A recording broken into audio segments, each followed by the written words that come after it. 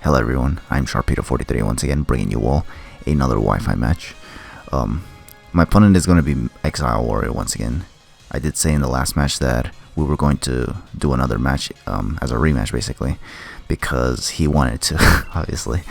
So yeah, however, the only condition I gave him was that we do it in RU, just because I don't actually have another RU or LU team, just because, well, I do technically do, it's that same team that I used with Eldegoss and Corvi Knight and Intellion and all that, but I'm not gonna use that against ExileWarrior, especially knowing how much of a tryhard this guy is.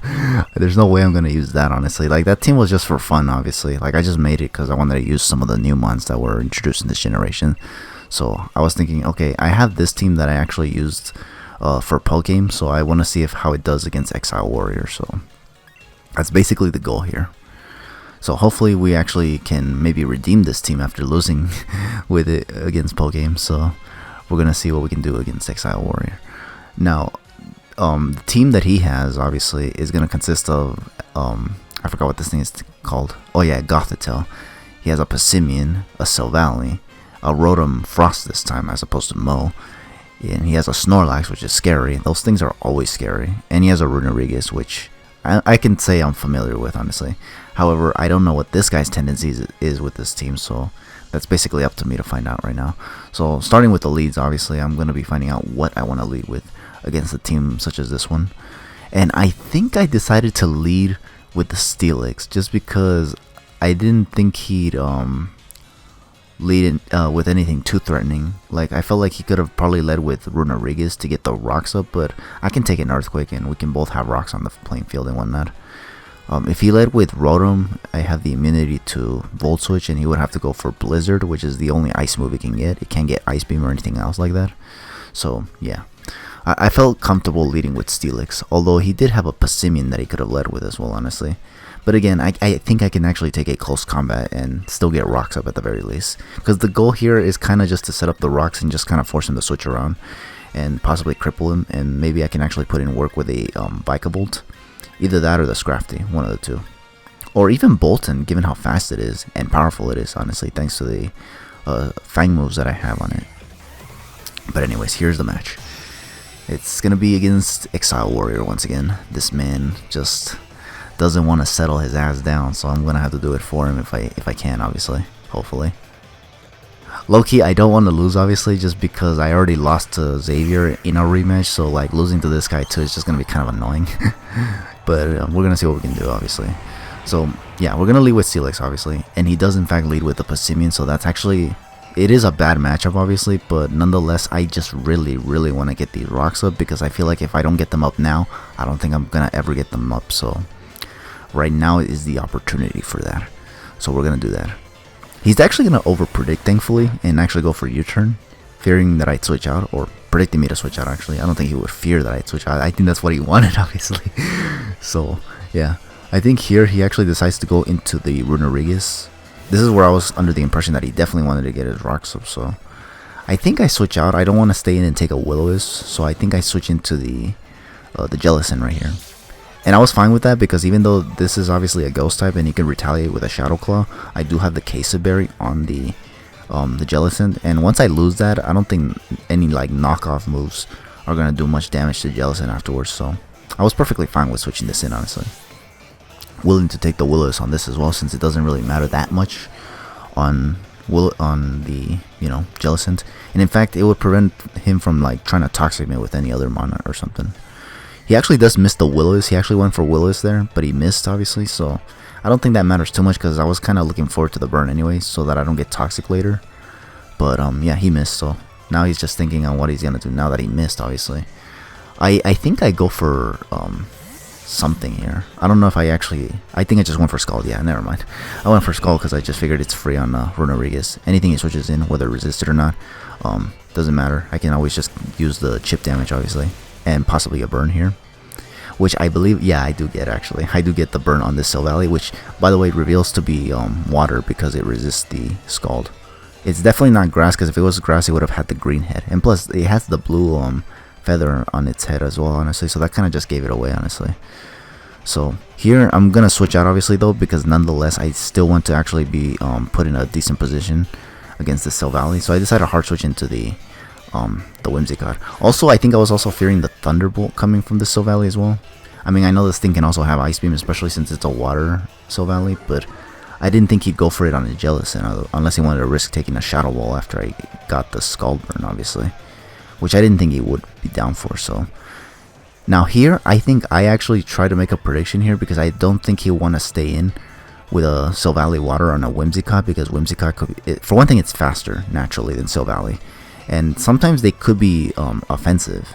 So I was thinking he might fear a Giga Drain or Energy Ball from Whimsicott, so he'd have to switch out, right?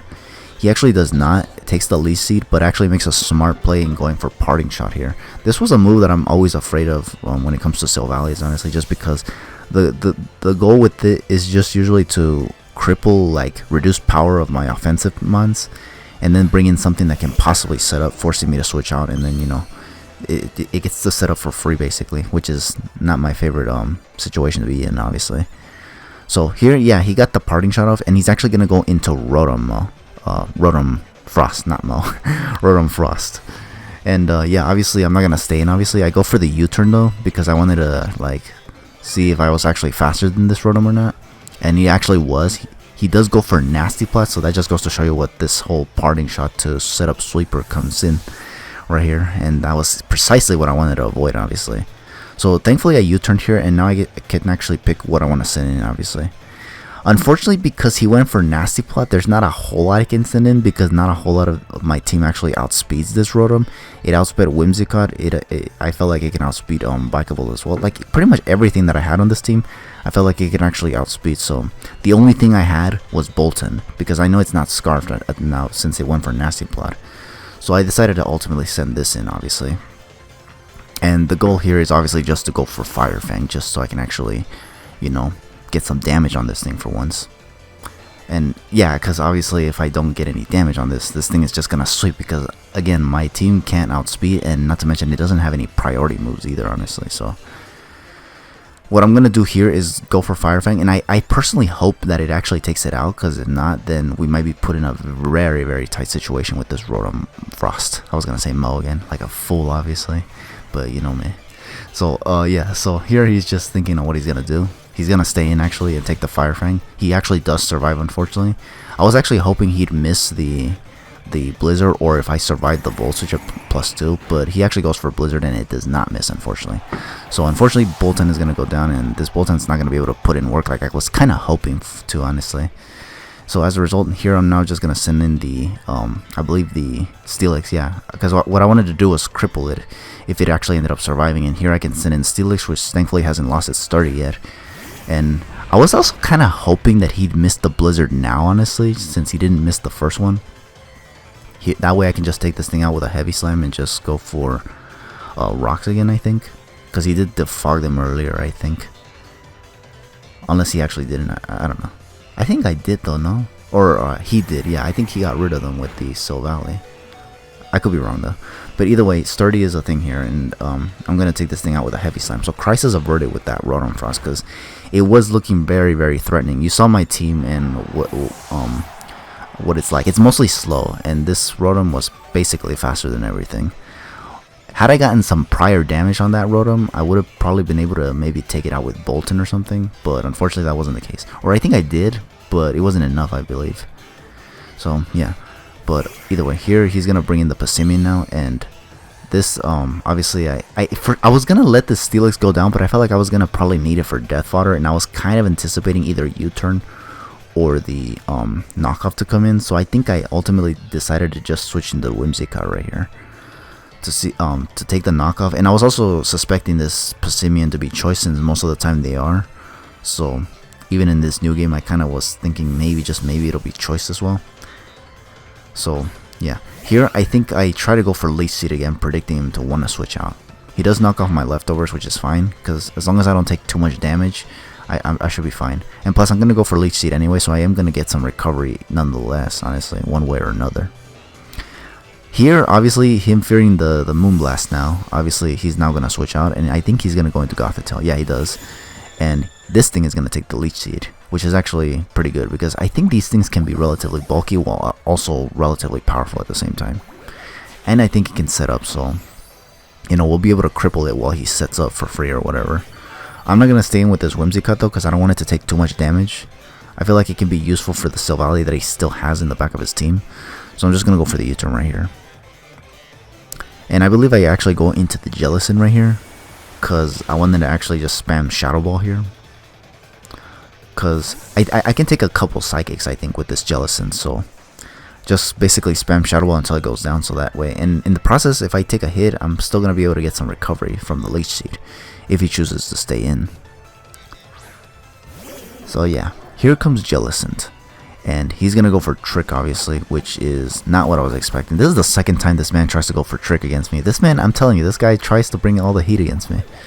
But yeah, he's going to take my Queso Berry, which pretty much discouraged me from going for Shadow Ball like I wanted to initially. So at the end of the day here, I just decided to go for Scald instead. It's boosted by Choice Specs, so I was hoping that this would at least be able to take out this Gothitelle. Even though this Jellicent is not invested in any sort of offense whatsoever. But nonetheless, I'm just going to still go for Skull, because there's really not much I can do either way. And I haven't taken much damage either, so I don't think it warrants a recover. And again, I'm Choice, so I had to lock myself into an offensive move, and it's definitely not going to be Shadow Ball, especially now that he took my Queso Berry. So, yeah. Here I'm just waiting for what this guy wants to do again, because I think he's aware that him trading that Choice Specs to me was probably a bad idea. But he's actually going to reveal to me the Grassland, which kind of makes me glad I took this thing's Choice Specs, because now I'm just going to be able to Scald it. Unfortunately, it does not take it out, but after the Leech Seed, it will. So this Gothitelle is also going to be out of the way, which is really, really good. I always found these Gothitelles to be kind of annoying. Like, I see them in battles, and they just do a lot of annoying things, honestly. But I'm actually just glad that that thing is gone now. So here, I think he's going to send out... I forgot what he sends out. I think it's the Passimian, actually. Yeah, he does go into Passimian. And I think here I decided to switch out again because I was kind of anticipating a knockoff again. So this is where I decided to finally use Steelix as death fodder, as I intended to, given the fact that I tried to preserve it in the first place. So I'm going to use that obviously as death fodder. I was kind of considering staying in just on the off chance he goes for a U-turn, but I decided to just send in Steelix anyway. The knockoff felt more obvious, honestly, just given the fact that he sent in the Passimian just like that, honestly. So yeah, here I'm going to send in Steelix. He's going to knock off like I anticipated. More so than U-turn anyway. But yeah. Now here, this gives me the opportunity to send in Scrafty. Because Scrafty has bulk up. And he's locked into knockoff if he doesn't switch it up to close combat here. But I'm already under the impression that he is Choice on this. Whether Bandit or Scarf, but it's Choice for certain. So I just went for the bulk up here. Like I sent in Scrafty and just went for bulk up. And as you can see, he just goes for knockoff again, basically. So I think here he was trying to make me think that he was still like not Choice. But unfortunately, I just didn't buy the bluff here. So I get a free +1 attack and defense here. Now here he's forced to switch out because if he lets me set up like this again, he's just going to be put in a tight situation again. And that won't be good for him, obviously. So I'm just going to go for Drain Punch here, predicting him to want to switch out right now. Which is exactly what he's going to do. And he's going to go into Silvally. So this Silvally is actually going to thankfully take a lot of damage in the process. Unfortunately, it does not take it out. So I might have to take a multi-attack, which I'm at +1 defense, so it may not even do that much damage either way. He does go down to burn in one more turn, so I'm just going to like bulk up again here. So that way I can, you know, take future hits much better. He actually goes for the Parting Shot, which once again makes me glad that I went for the bulk up because that's going to reduce my attack, sure, but I'm just going to bulk up again and just basically get that +2 back. Unfortunately for me, however, he is actually just going to go for the Passimian. Or actually not the Passimian, the Runarig is stupid. The Passimian is later.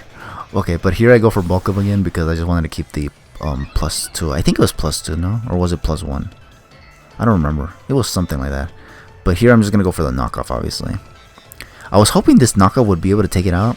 I forgot if I was at +1 or +2, but I was hoping that I'd be able to take it out, given that I'm actually offensive on this Scrafty. But it actually did not. And yeah, here he's going to go for the Will-O-Wisp, I believe. And he actually misses, unfortunately. So that's actually really, really bad for him. I think this miss was actually kind of huge. Because, like, sure, I knock it off. But if Shedskin does not proc, which it can if I actually, you know, got the right ability here, honestly. I would have been able to, like, I would not have been able to do much if, you know, the Shedskin didn't proc, obviously. So that miss was actually kind of huge. But we do take out the Runerigus nonetheless, which was kind of good because honestly didn't want to get Will-O-Wisp on this Scrafty, honestly. I would have been forced to switch out too, honestly, because I needed the Shedskin back, obviously. And you saw that the Wandering Spirit thingy changed my ability, kind of like Mummy does for Cofagrigus and whatnot. So here he's going to send out the Silvally, and he's just going to go for Surf. No multi-attack on this, which is actually good to know. And I'm just going to go for another Bulk Up because he goes down to burn in one turn, thankfully. So I'm at +1 once again, which is really, really good. Now here, unfortunately for me, I commit another damn misplay, which is really, really obnoxious. But he's going to send out the Passimian here. Actually, no, this is actually... that comes later, never mind. I'm freaking getting lost again. Why the hell? But, yeah, okay, so he brings in Passimian. I'm at +2, I believe, but unfortunately, I'm not sure if I can actually take a close combat from a Passimian. I still don't know if it's banded or scarfed, honestly. But either way, I just didn't think I'd be able to take a close combat from this thing, so I didn't want to risk staying in and just like losing Scrafty because I still kind of need it for the Snorlax, which the rest of my team cannot handle because, you know, Snorlaxes are pretty obnoxiously bulky, especially in the special side, which is what most of my mons consist of right now. So here I actually decide to switch into Whimsicott, predicting the close combat. And as you can see, my opponent here is actually thinking a lot of what he's going to do. He's actually trying to see if he actually should probably predict me to switch out, or should he actually just go for the move safely. And thankfully for me, he's actually going to go for the close combat as I switch in Whimsicott right here. So thankfully I don't take too much damage, and I can definitely take another one if he actually chooses to stay in, which I'd be down for because I could just Moonblast, obviously. Although I think for me, I actually just decided to go for the U-turn instead because I felt like the switch into the Snorlax was very, very obvious because he kind of needs this Passimian for the Scrafty. Otherwise, he would not be able to deal with it very much, not with Snorlax anyways, especially after setting up a Bulk Up. So, yeah. So here he's going to switch out, obviously. He's going to go into Snorlax, and I'm going to be able to get the initiative here to send in Scrafty safely, basically. And I think I don't go for... okay, so it's right here where I actually make that one misplay. That may have costed me, I don't know. But yeah, here I go into Scrafty. I was supposed to go for Drain Punch to cripple this thing as much as possible so that he doesn't, like, you know, go for, like, curses or something, and then I'm unable to kill it, and then he just goes for rest or something. So I wanted to go for Drain Punch here, but as you saw, I just went for the knockoff instead. Which I guess might have been good if he, just to get rid of those leftovers. I did see the leftovers, by the way. But yeah, I think it was actually good that I knocked off, but I wanted to actually Drain Punch to, like, cripple it as much as possible before going for those curses, honestly. Because if he goes for a rest, it doesn't matter if I knocked off the leftovers. He would have actually been able to, you know, get away with setting up more curses, and I didn't want that, obviously. He went for Body Slam too, and then he actually paralyzed me, which was actually, it was actually scary, but thankfully I was able to survive one more Body Slam and not get fully paralyzed, and I was actually still able to retaliate with Drain Punch and take out the Snorlax. Which means now I am confident that I can actually win this match. Because first I just need to see what this Passimian is going to lock itself into. And then from there I just send in whatever mon accordingly, basically. So here all I need to do is just go for another Drain Punch just to get as much damage as possible. Now here, I don't know why my opponent is thinking for so long, but he actually does think for quite a while. Because, I mean, if he knew that he lost at this point, he basically would just lock himself into literally any move. If he goes for close combat, I just send in Whimsicott. If he goes for knockoff, I mean, I just stay in and, you know, Drain Punch it, obviously, to death. And if he goes for Iron Head, I mean, Iron Head is resisted by literally everything. Like, the Jellicent can take it. I think the Scrafty can take it too, honestly. I think Iron Head would have been a decent play so that he can actually flinch my Scrafty while paralyzed. U-turn, it wouldn't work because, you know, this is the last mon. However, after a lot of contemplation, he actually decides to reveal the Gunk Shot, which is actually interesting because I was actually considering sending in Whimsicott if he actually just went for the close combat. But seeing the Gunk Shot now actually discourages me from sending in Whimsicott, so as a result, now I'm actually going to just decide to send in Vikavolt instead. Because, I mean, I could have sent in Jellicent too, because Jellicent resists Gunk Shot too, but low-key I kind of wanted to finish off the match with Vikavolt, because Vikavolt is one of those mons that I haven't used in a long time, actually. I think the last time I used Vikavolt was in Sun and Moon, actually. Not even Ultra Sun and Ultra Moon, but Sun and Moon. Because, yeah, I used to do a lot of funny things with Vikavolt back in Sun and Moon. Specifically, the whole Mudshot Vikavolt tech that I used to run back in the days. Although people thought it was a foolish set, honestly, but it was funny, honestly, that I was like one of the first people to actually run that set, honestly. A Mudshot Vikavolt. It's not a thing anymore, obviously, but you know, maybe in draft league it can be worth something. But either way, he's gonna go for the Gunk Shot on my Vikavolt as I send it in, and I take it, thankfully, obviously. And I'm just gonna be able to take out this Passimian with Thunderbolt and just win the match against ExileWarrior, which, yeah, we win again, thankfully. Now hopefully this man can settle down for once, because look, I'm not trying to do like an entire marathon of Wi-Fi matches. Like I said before, I'm actually close to retirement, I feel, just because I actually want to play other games for once. Because I've been doing a lot of these Wi-Fi matches at this point. I did a lot of draft leagues in Gen 7, obviously, and I'm not really feeling too keen on any in this generation, just because, again, in the Wi-Fi battles with 20 minutes, it's just like, eh.